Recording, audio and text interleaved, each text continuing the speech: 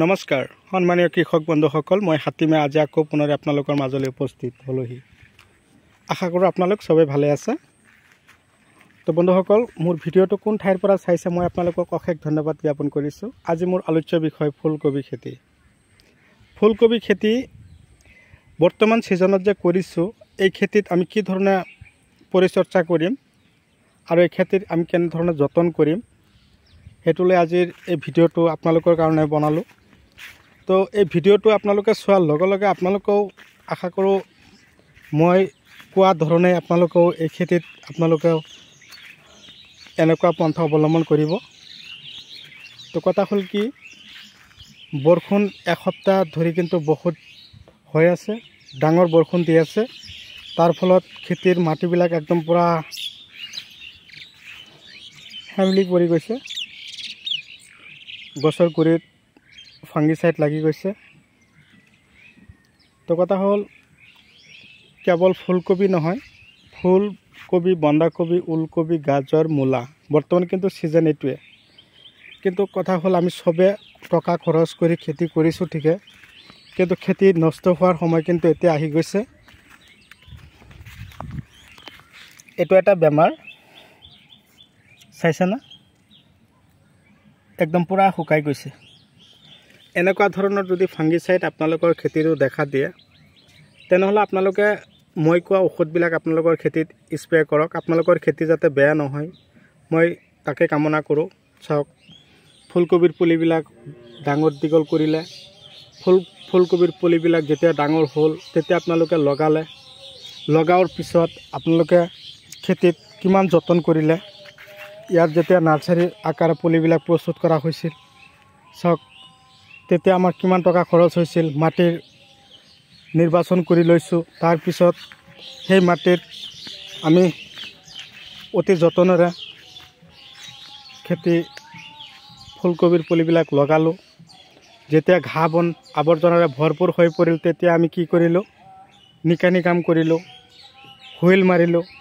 Wheel মাৰাৰ পিছত আকৌ সাৰ দিলোঁ, দানা দিলোঁ। তো টকা খৰচ হ'ল। চাওক, ইফালে নানান ধৰণৰ, ইফালে ওলকবি, ইফালে গাজৰ, এইবিলাক সিঁচা হৈছে।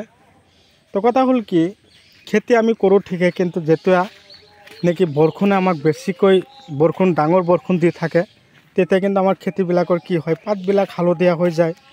এনেকুৱা ধৰণৰ কেঁচুৰি মাৰি দিয়ে, ফুলকবিৰ মাজৰ যিটো পাত আছে পোকে কাটি দিয়ে।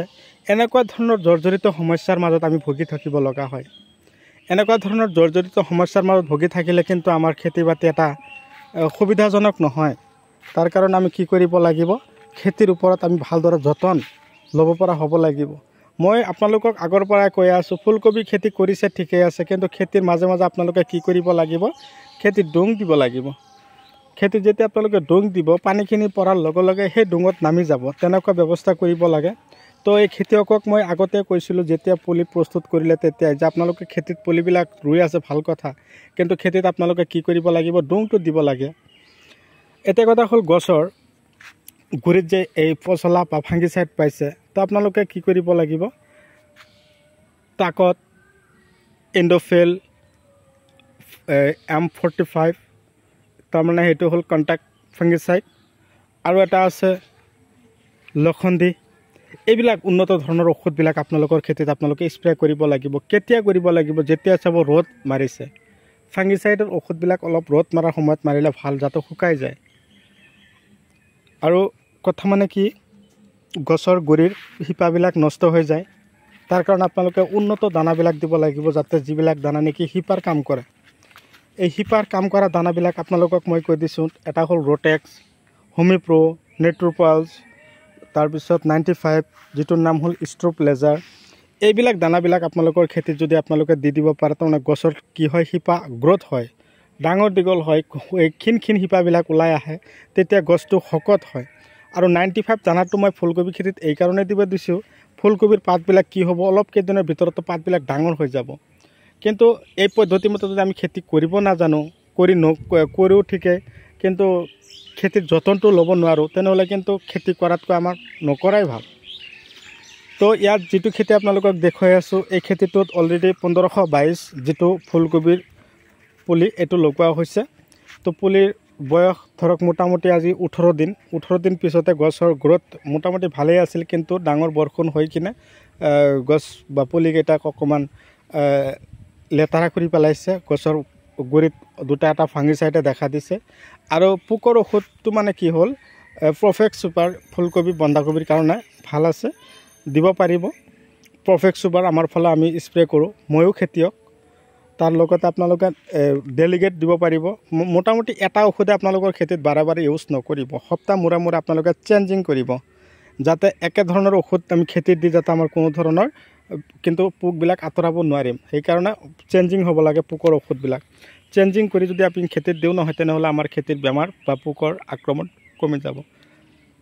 তেওঁ কথা হ'ল বন্ধুসকল, মোৰ যদি চেনেলৰ নতুন ভিউৱাৰ্ছ হিচাপে আছে তেনেহ'লে মোৰ চেনেলটো ছাবস্ক্ৰাইব কৰি দিব আৰু কাষত থকা বেল ঘণ্টিটো লাহেকৈ বজাই দিব। এনেকুৱা ধৰণৰ উন্নতৰ ভিডিঅ' নটিফিকেশ্যন অলৰেডি আপোনালোকে পাই থাকিব। তো কথা হ'ল এই ফুলকবি কিন্তু আহিনৰ লাষ্ট মুহূৰ্তলৈকে আনিব লাগিব, তেনেকুৱা প্ৰস্তুতি হাতত ল'ব লাগিব। খেতিত ঘাঁহ হৈ আছে। এতিয়া কথা হ'ল খেতিয়ক যিজনে কৰিছে খেতিত, বেলেগ মানুহে কৰা নাই, মামাই কৰিছে। মামাৰ লগত কথা পাতিছোঁ, মামাই কৈছে বৰষুণটো এৰাৰ লগে লগে বহুতকেইটা 10ৰ পৰা 12টা হাজিৰা এদিনা লেবাৰ মাতি একেদিনাই ধুনীয়াকৈ নিকানি কৰিব, স্প্ৰে কৰিব, পোকৰ ঔষধ ফাংগিচাইড চব দি গছ আকৌ কৰিব, উন্নত ধৰণৰ দানা চানাবিলাক দিব। ৰাসায়নিক সাৰটো আছেই, গোবৰ কিন্তু যথেষ্ট পৰিমাণে দিছে। গোবৰৰ ফলতে কিন্তু গছবিলাকৰ এনেকুৱা ধৰণৰ ভাল এটা চেহেৰা আহিছে। তো আপোনালোকেও কৰিছে, আপোনালোকৰ ফালেও একেই। যদি বৰষুণ হৈছে, বৰষুণে কিন্তু ফুলকবি, ওলকবি, বন্ধাকবিৰ পুলিবিলাক এনেকুৱা ধৰণৰ লেতেৰাই কৰি পেলাই।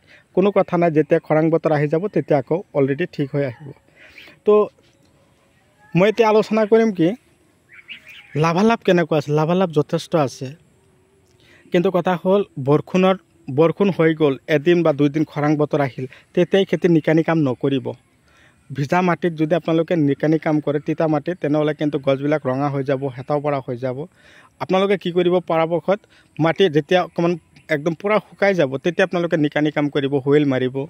আৰু সেই মুহূৰ্ততে ভিজা মাটিত আপোনালোকে কেতিয়াও ৰাসায়নিক সাৰ নিসিঁচিব, দানা চানা আগতীয়াকৈ নিদিব।